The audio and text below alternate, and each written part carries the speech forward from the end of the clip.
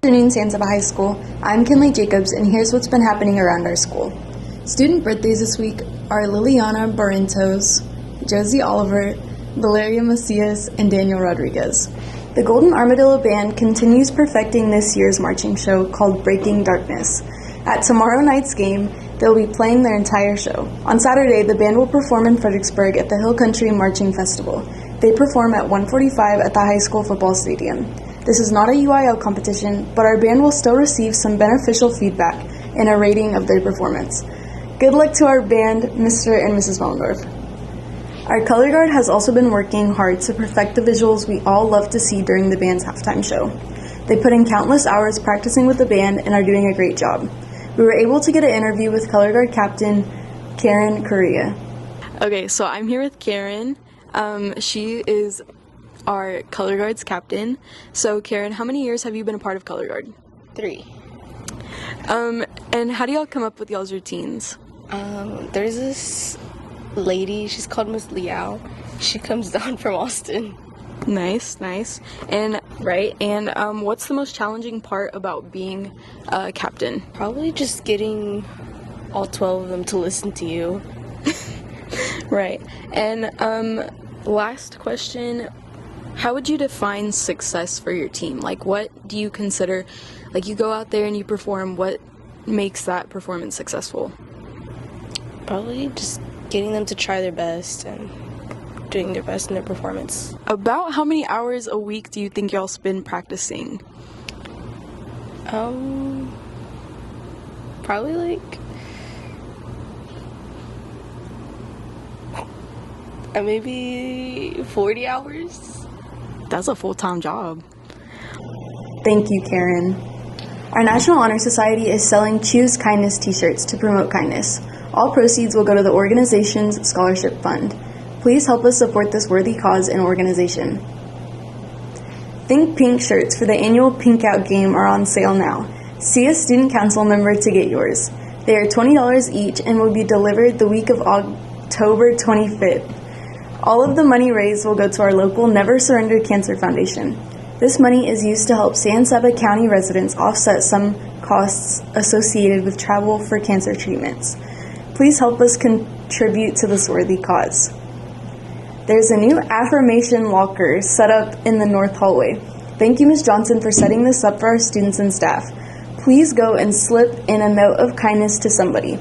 It's a great way to offer encouragement to each other. Thank you, Ms. Johnson, for always doing acts to show you care. Also, don't forget, all 7th graders through 12th graders are welcome to attend 5th quarter at the Baptist Church after the football game Friday night. And now for sports.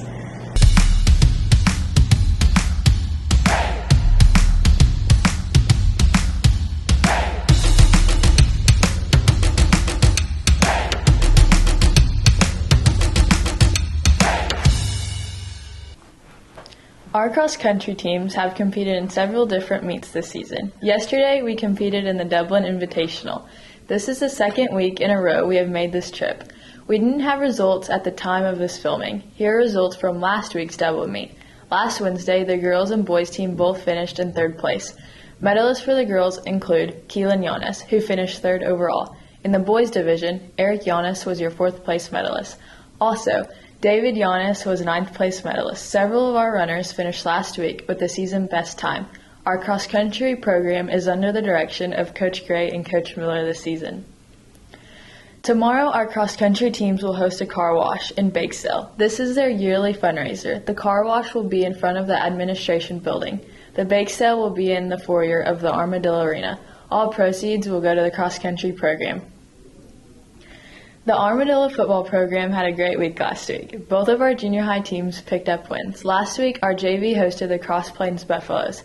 They picked up an impressive 36-6 win. Tonight, the JV teams travel to Hamilton to take on the Bulldogs. Kickoff is scheduled for 7:15. The varsity Armadillos traveled to Waco last Friday night. They took on the Bishop Riker Cougars in what was their homecoming. The Dillos dominated every phase of the game, shutting out the Cougars 60-0 in the contest. On the opening kickoff, the ball touched the Armadillo and eventually rolled down to the 5-yard line. On the next play, a fumble snap moved the Dillos back even more. Those were the only bad things to happen all night. From then on, the Dillos scored on nearly every possession, 2 stats that demonstrate the Dillos' dominance even more than the score. The Dillos never punted in the game. Also, the defense never gave up a first down. The Cougars ended up with negative yards of total offense on the night. Earlier this week, Olivia caught up with Coach Aguirre for a quick interview. Good afternoon. I am here with Coach Aguirre, the amazing coach. Thank you. Thank you for having me, guys. I appreciate it. So, y'all had a very, great game last week, and it was a weak opponent. How are you going to come out of that game and face a tougher team? Well, first off, last week it was opponent that we thought was going to be better, but hats off to our kids and coaches. They kept their cool and they kept their focus all week long, and they came after it, got ready to go each and every practice. Coming off a big win, we got a little swagger now, we got a little confidence. We're literally 2 points away from being undefeated this season, so I think we need to ride those coattails. But all week it's got to be focus and all business. I think our kids know that. They're up for a challenge. As a head coach, I'm always up for a challenge, and there's a lot of people that continue to doubt us and what this team can do. So I love the doubt. I want all the smoke, and I want to continue to get better, and I want this team to raise a gold ball in the end. And in order to do that, you got to beat some good teams, and this is one that's just in the way. We're going to have to win all 3 phases of the game. Offensively, we're going to have to be able to run the ball effectively, and keep the ball away from them. They've got a very explosive offense, so our defense is going to have to come ready to play. They've got several different playmakers, anywhere from a quarterback to a running back to a good O-line and a big 6'6" wide receiver. We're going to have to slow down. We're going to try and stop them, but we want to slow them down and limit their plays. So we're going to all have to work together, and our special teams is going to have to play special. I think our offensive line up front has had an outstanding week. They've been focused. They've been coming off the ball. They're finishing blocks. On the defensive side, I think our inside linebackers are continuing to grow. We're putting in a lot more packages, a lot more looks to give this team fits. So if they can grasp all that, I feel pretty confident in what we're doing. Thanks, Coach Aguirre. Friday night, the Dillos host the Hamilton Bulldogs here at the Graveyard. The Bulldogs come in the game with a perfect 4-0 record. This should be a great football game and is our last non-district game. Next week, we are open and begin district after that. Don't forget about the pep rally tomorrow at 1:45. The theme is outer space. We need all Dillo fans to pack the stands at 1:45 and again at 7 at the Graveyard. As always, thanks for watching. Go Dillos.